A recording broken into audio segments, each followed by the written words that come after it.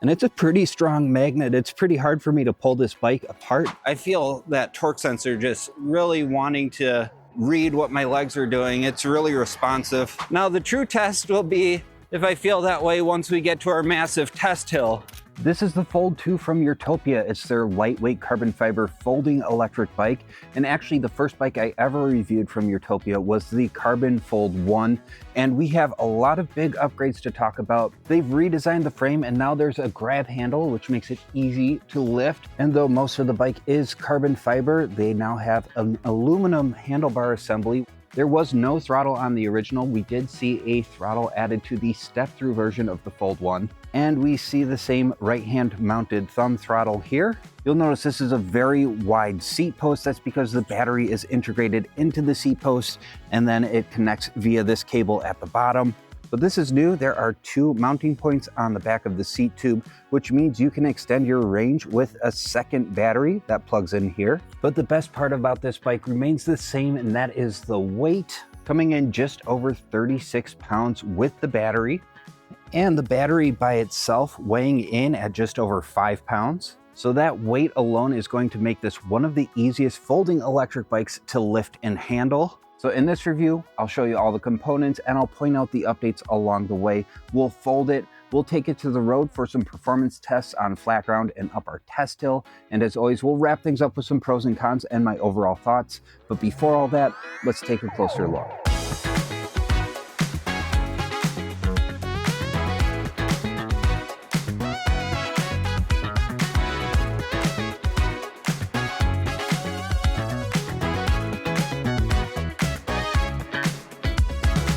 Urtopia is the only brand we've really seen offering sub $2,000 carbon fiber electric bikes, and they have a full lineup ranging from utility bikes, commuter models, and folding models, which we see here. What's impressive is the rate that they're expanding their lineup and iterating on their models. And we do have full reviews on most of their lineup, so if you've been eyeing up any other models from Urtopia, it's likely we have a full review on that for you to check out.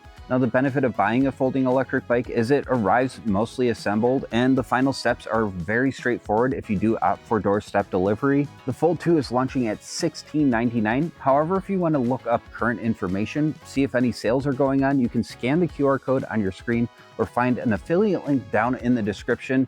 You have a few different color options to choose from on the Fold 2 that we'll put up on screen. We opted for this vibrant orange that looks pretty flashy. We're looking at a standover height of just over 22 inches, which means it is still pretty easy to step over. Now, the Fold 2 takes a one-size-fits-all approach. It fits riders from 5'1" up to 6'1". I am a 6'1" rider, so I'll be testing the high end of that range. And I have a 33-inch inseam. I'm able to get full leg extension. The seat post is at its minimum insertion point. This is the height at the maximum insertion point. And with the 18-inch wheels, that does make this a highly accessible option for shorter riders. We did have Ryan's wife, Allie, hop on this bike, and she was able to get a comfortable fit. This bike has a 220-pound payload capacity. Now, I'm a 200-pound rider, so when we get to our riding footage, I'll be pretty much testing this bike to its absolute limit, so stick around for that. Now, let's walk around the bike and take a look at all the components. Starting with the brakes, we have 2-piston Tetra-hydraulic disc brakes with 160mm rotors. We'll talk about this when we fold the bike. The front wheel attaches with a through axle, and then we have a carbon fiber fork. And the tires are from Kenda. These are 18 by 2-inch tires with a street tread. Metal fenders are included for the front and with full coverage in the rear with a reflector on the back. Also included is a small headlight up front that runs off the main battery. This is just a running light in the back. It will not brighten when you pull on the brake levers, so it is just a running light. Moving on, we now have an aluminum assembly for the telescoping handlebars. And here's the folding latch for the handlebars and the release. And you have quite a bit of room to adjust the telescoping handlebars. Minimum insertion point here. And then there is a slight rise to the handlebars. There is a quick release here, which means you can rotate them to your preferred angle. And then mounted to the handlebars, we have our Tetra-hydraulic disc brake levers. There is no motor cutoff. It has lock-on ergonomic grips, an 8-speed Shimano trigger shifter. There's the right-mounted thumb throttle. Then under the bar, we have an included bike bell. Under the display is a USB-C charging port for charging devices on the go. Now, instead of a center mounted display, we have a left-hand mounted display with integrated controls. In the upper right-hand corner, you can see your battery readout with percent. You get a clock up top. Front and center is speed in miles per hour, but you can change that to metric. Right above that, you can see your pedal cadence. Something that's universal on all the models I've reviewed from Urtopia is you can see an in-the-moment look at your rider power versus motor power. And then at the very bottom, you can see your assist mode that you're in. You can turn it off or set it to Eco, Tour, Smart, which is an adaptive mode we'll talk about in the riding footage, and Boost. To turn on the lights, hold pedal assist up for a few seconds, indicator in the upper left-hand corner. And to engage walk mode, hold pedal assist down. That'll pull up a screen and you have 10 seconds to engage walk mode. Just hold pedal assist down again. And you can let this screen time out or press pedal assist up to leave. And at the bottom of the display is a menu button. If you tap on that, you go to a couple different screens. First up, you can see your trip mileage, your odometer, average speed, and max speed. And the next page will give you a power breakdown, your average power, max power drawn, and then an average of your rider power versus motor power. Hit the menu button one more time, you're back to the main screen. And then there are advanced settings if you hold on this menu button for a few seconds. Starting from the top, you can reset your trip here. You can set your speed limit, and you can set that as low as 3 miles per hour and everything in between 20 miles per hour as your max speed. And there is no class 3 override for this bike. You can set a password to lock unwanted users out of the display. You can set the time here. You can change the unit between imperial or metric, change the screen brightness, and you have 3 levels of brightness to work with. That is the lowest setting. And there is the highest setting. You can also change the timeout of the bike or whether or not it automatically turns off. And this is one of the features I think you're gonna wanna know about is assist tune. So right through the display, you can actually change how much power you get in each assist level. Press the menu button to cycle through and you have full control over that power in each riding mode. You can also change your walk speed here. There's a setting for OTA mode. This is over-the-air firmware updates. To my knowledge, this bike does not connect to Urtopia's app, so I'm not sure if this bike gets firmware updates. You can find e-bike info here, and then gear setting actually relates to that smart level of pedal assist, and you can turn that on and off if you don't want to have that adaptive mode. And then you can reset to factory settings at the bottom. Now to exit the menu, hold the menu button for a few seconds and you're back home. For graphics, Urtopia on the tube here on both sides. The folding mechanism for the frame is nicely integrated, so it won't catch on anything. There is an axis panel here for, I'm guessing, the controller. The new grab handle here, showing off kind of a carbon weave. Now let's talk about the battery. To remove it, you're going to need to drop it down. You'll need to unplug the cable here. This silver button is the release. Push that in and pull down. Now you can release the clamp and pull out the seat post. So this is a 36 volt, 6.8 amp hour battery. According to Urtopia, this is certified to UL 2271 standards, as well as the bike being certified to UL 2849 standards. Also, the bike and electronics have an IP65 rating. And here's one of the quality of life upgrades I'll point out. It has a new charging port location, makes it very easy to access the charging port for charging the battery on the bike or off. There's also a button here with an LED light so you can get a quick glimpse at the charge of the battery. And the battery's paired with a 2 amp charger, so expect charging times of around 3 to 4 hours from empty. Then you'll see this has a plastic base with a channel here, so it's easy to plug in the battery. And the bike will rest on this when it's folded. We will fold it in a moment here. Now 6.8 amp hours doesn't seem like enough battery capacity. There is an option for a range extender, a 9.8 amp hour battery that mounts to the back here and plugs in beneath this rubber cover. Now this is a 36 volt, 250 watt rear hub motor. It peaks at 500 watts and has 42 newton meters of torque. And that motor is engaged with Urtopia's zero latency torque sensor. It has a Shimano Altus derailleur. We're looking at 11 to 32 teeth on the rear cassette and a nice big 52 tooth chainring. All right, let's fold this thing. Now this has a pretty traditional folding setup that you'll see on a lot of folding bikes. However, with the lightweight, it is just so easy to maneuver. So let's put a timer on screen and see how fast I can get this folded. On your marks, get set, go. Drop the handlebars, fold the handlebars, fold the pedals, drop the seat post, and fold the frame. Kickstand. Boom. Now another nice touch is they included a magnetic latch for when it's folded.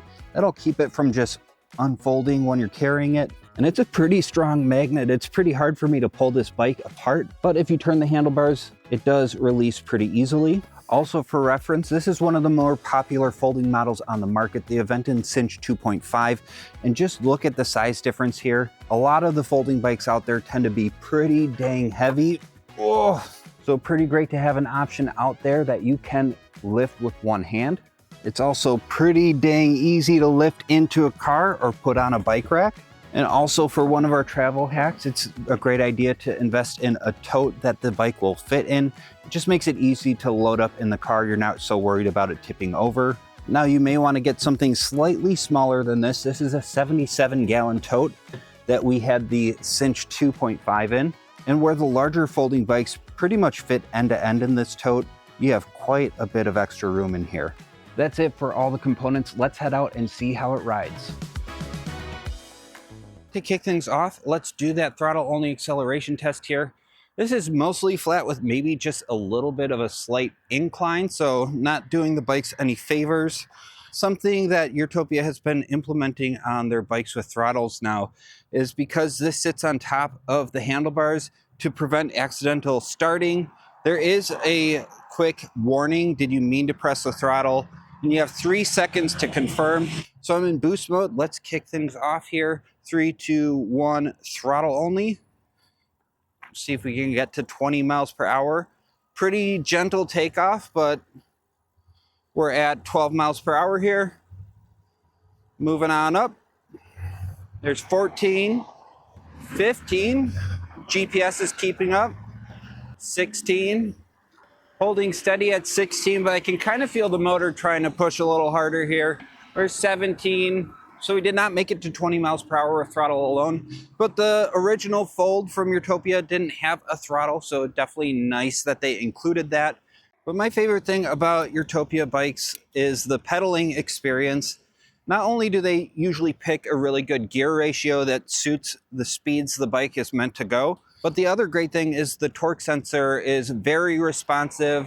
They claim zero latency. From my experience, that seems pretty accurate. So just pedaling without pedal assist, I'm gonna engage Eco, and I feel a little bit of push, nice and gentle, nothing too much.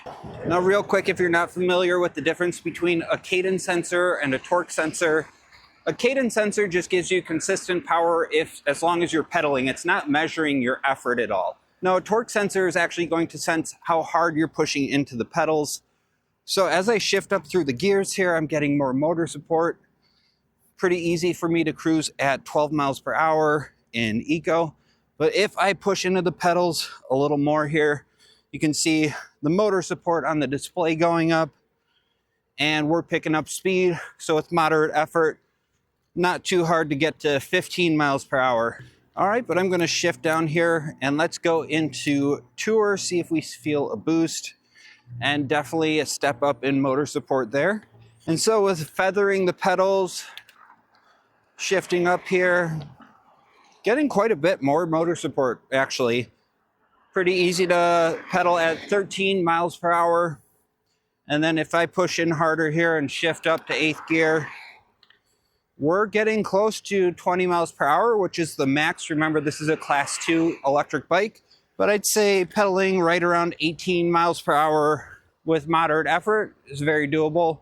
We'll go ahead and shift down here again though, and we're gonna go into smart mode.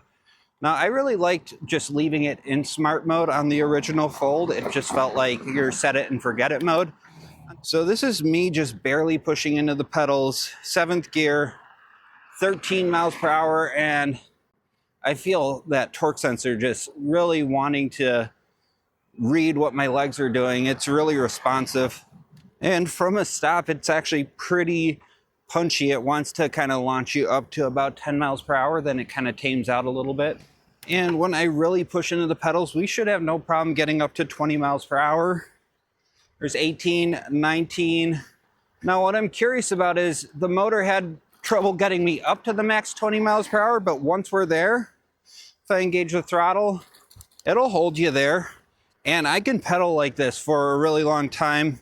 Looks like at the top end of the range, the pedal cadence is around 80 RPMs at 20 miles per hour.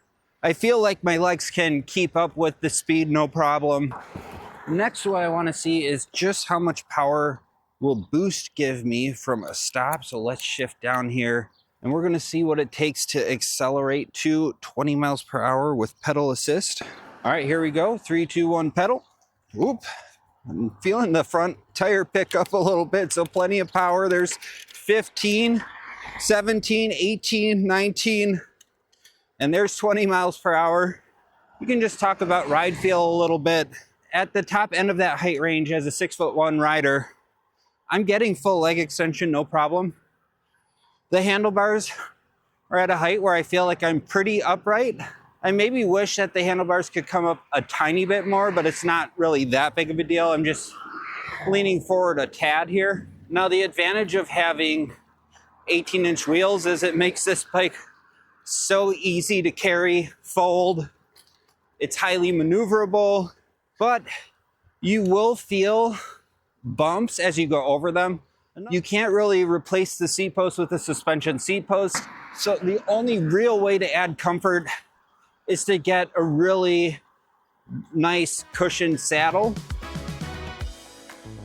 I'll also say too, the motor is very quiet. So what's nice is you're not going to hear a really loud whine. It'll be interesting to see what happens on this hill climb test here. Gonna try to pick up some speed here and roll straight into the hill. And don't let the GoPro footage fool you. This hill is absolutely massive. We can put some graphics up on the screen so you can see the scale of this hill. It's trying to get me up. 4, 3, 2, 1. Yeah. So not quite enough power to get my 200-pound bones up this hill. Let's turn around and go through the pedal assist levels and just see how that feels. So going down into eco, shifting down into first gear. And usually what I like to do here is pedal and shift through the gears until my legs start to burn, and then I'll go to the next pedal assist level. So definitely feeling some help in eco here in first gear. Yeah, definitely much better than if I turn it off. Oh yeah, big difference even in eco. But I don't want to shift up to the next gear, so let's go into tour. Another big boost. And I'm pushing into the pedals, but not too hard.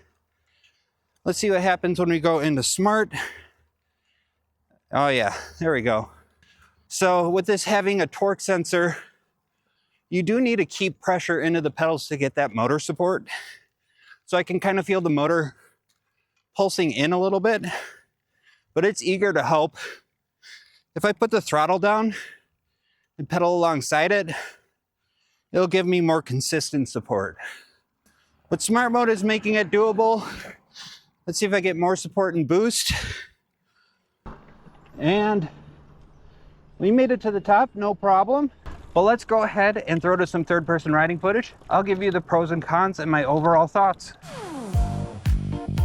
With the release of the Carbon Fold 2, I feel like I've come full circle. It was just about a year ago that I reviewed my first e-bike from Urtopia, which happened to be the original Carbon Fold 1. And it's been genuinely interesting to see how fast Urtopia is building and refining their lineup. Just looking at this new carbon frame, it looks more sleek and modern while improving on the core design.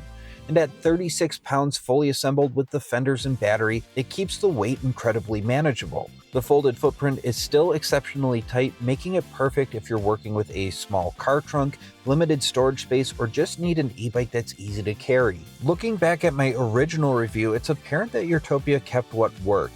The well-tuned torque sensor and the motor deliver quiet, natural power that feels like an extension of your own effort, and the drivetrain still provides a highly enjoyable pedaling experience that keeps you connected to the pedals at top speeds, while still offering the low gears you need to tackle hills. I also have to give them credit for addressing most of my past critiques. They added an adjustable aluminum handlebar assembly, which is a huge win for dialing in a comfortable riding position. The smaller battery limitation is also solved by offering a second battery option to extend your range, which actually holds more capacity than the main battery. Even the small details got attention. They gave us an easier to access and improved charging port and better cable management overall. And while there are a lot of improvements, there are still a few limitations to be aware of before picking one up. It only comes in one frame size, and while they did bump the payload capacity up by 20 pounds to a 220 pound maximum, that may limit who can pick up this model. You also need to be realistic about where you intend to ride. With small 18-inch wheels and a rigid frame, this is mainly meant to ride on pavement.